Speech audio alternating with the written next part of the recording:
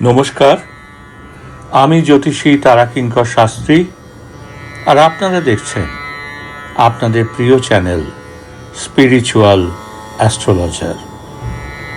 আজকে আমরা আলোচনা করব মিথুন রাশির মে 2026-এর রাশিফল নিয়ে। 2026 সালের মে মাস মিথুন রাশির জাতক বা জাতিকাদের জন্য মিশ্র সম্ভাবনাময় হলেও সামগ্রিকভাবে উন্নতির ইঙ্গিত কিন্তু দিচ্ছে। বৃহস্পতি ও বুধের বিশেষ প্রভাব আপনার রাশিতে ইতিবাচক পরিবর্তন আনবে। তো চলুন শুরু করা যাক বিস্তারিত আলোচনা মিথুন রাশির জাতক বা জাতিকাদের মে 2026-এর রাশিফল নিয়ে। প্রথমেই আমরা আলোচনা করব কর্মজীবন ও ব্যবসা সংক্রান্ত বিষয়। যারা চাকুরিজীবী, মাসের প্রথমার্ধে চাকুরিতে কাজের চাপ কিছুটা বৃদ্ধি পেতে পারে, তবে 15ই মের পর কর্মক্ষেত্রে আপনার যোগাযোগ দক্ষতা ও বুদ্ধিমত্তার কারণে সহকর্মী ও ঊর্ধ্বতন কর্মকর্তাদের প্রশংসা কিন্তু পাবেন। পদোন্নতি বা বেতন বৃদ্ধির সম্ভাবনা এই মাসে কিন্তু খুব উজ্জ্বল। আর যারা ব্যবসায়ী, তাদের জন্য মে মাসটি বেশ লাভজনক হতে পারে। বিশেষ করে যারা ডিজিটাল মার্কেটিং, আইটি বা বিপণন জগতের সাথে যুক্ত, তাদের জন্য নূতন আয়ের উৎস কিন্তু তৈরি হবে। তবে দ্রুত লাভের আশায় ঝুঁকি নেওয়া থেকে বিরত থাকাই ভালো। এরপর আসবো আপনাদের আর্থিক অবস্থা এই মাসে, অর্থাৎ মে মাস 2026-এ কেমন যাবে সেই সংক্রান্ত আলোচনায়। মে মাসটি আপনার জন্য, অর্থাৎ মিথুন রাশির জাতক বা জাতিকাদের জন্য অন্যতম আর্থিক সাফল্যের মাস হতে পারে। 11ই মের পর মঙ্গল আপনার একাদশ ভাব অর্থাৎ আয় স্থানে প্রবেশ করবে, যার ফলে আটকে থাকা টাকা ফিরে পেতে পারেন। একাধিক উৎস থেকে অর্থ উপার্জনের পথ কিন্তু প্রশস্ত হবে। আর দীর্ঘমেয়াদী বিনিয়োগের জন্য এই মাসটি বিশেষভাবে অনুকূল। মিউচুয়াল ফান্ড বা শেয়ার বাজারে বুঝে বিনিয়োগ করলে ভবিষ্যতে কিন্তু ভালো রিটার্ন পাওয়ার সম্ভাবনা রয়েছে। তো চলুন এরপর দেখে নিই মিথুন রাশির জাতক বা জাতিকাদের প্রেম ও দাম্পত্য সম্পর্ক মে 2026-এ কেমন যাবে। যারা অবিবাহিত, তাদের জন্য নূতন কোনো সম্পর্কে জড়ানোর সুযোগ আসতে পারে। আপনার সঙ্গীর সাথে বোঝাপড়া আরো গভীর হবে এবং 11ই মের পরে সময়টি প্রেমের জন্য বিশেষভাবে রোমান্টিক। আর যারা বিবাহিত, স্বামী স্ত্রীর মধ্যে সুসম্পর্ক বজায় থাকবে। তবে মাসের মাঝামাঝি সময়ে পারিবারিক কোনো বিষয় নিয়ে সাময়িকভাবে ভুল বোঝাবুঝি হতে পারে, যা ধৈর্যের সাথে মোকাবিলা করা বিশেষভাবে প্রয়োজন। চলুন এরপর দেখে নিই মিথুন রাশির জাতক বা জাতিকাদের মে 2026-এ আপনাদের স্বাস্থ্য কেমন যাবে। দেখুন, স্বাস্থ্যের দিক থেকে এই মাসটি মিশ্র প্রভাব থাকবে।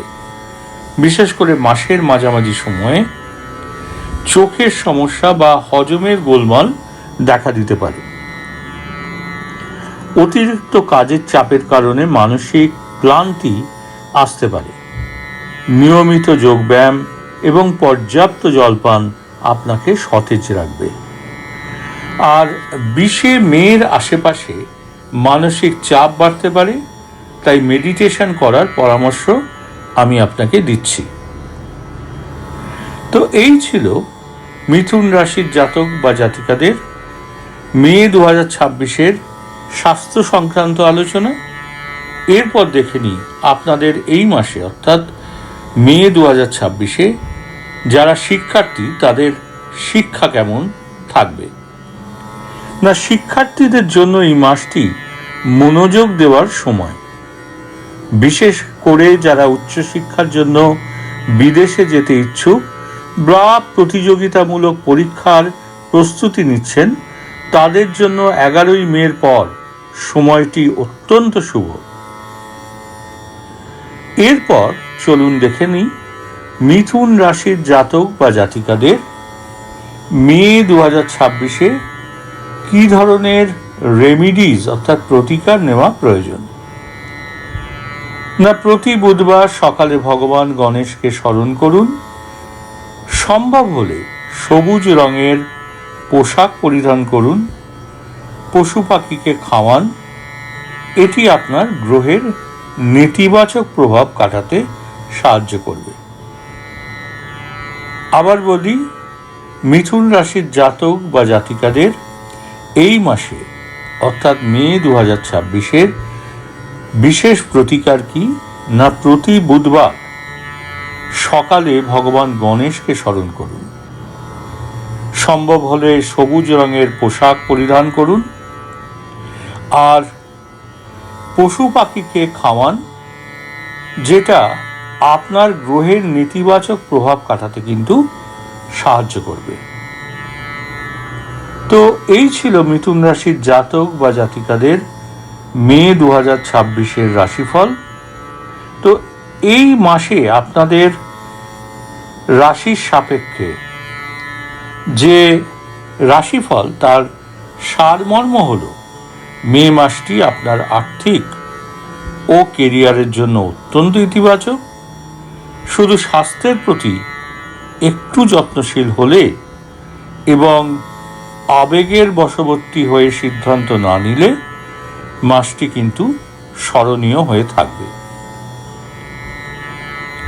তো আপনার রাশি কি এবং সেই রাশির সাপেক্ষে আপনি কি ধরনের আলোচনা আমাদের কাছে চাইছেন, সেটা আপনারা কিন্তু কমেন্ট করে জানাতে পারেন।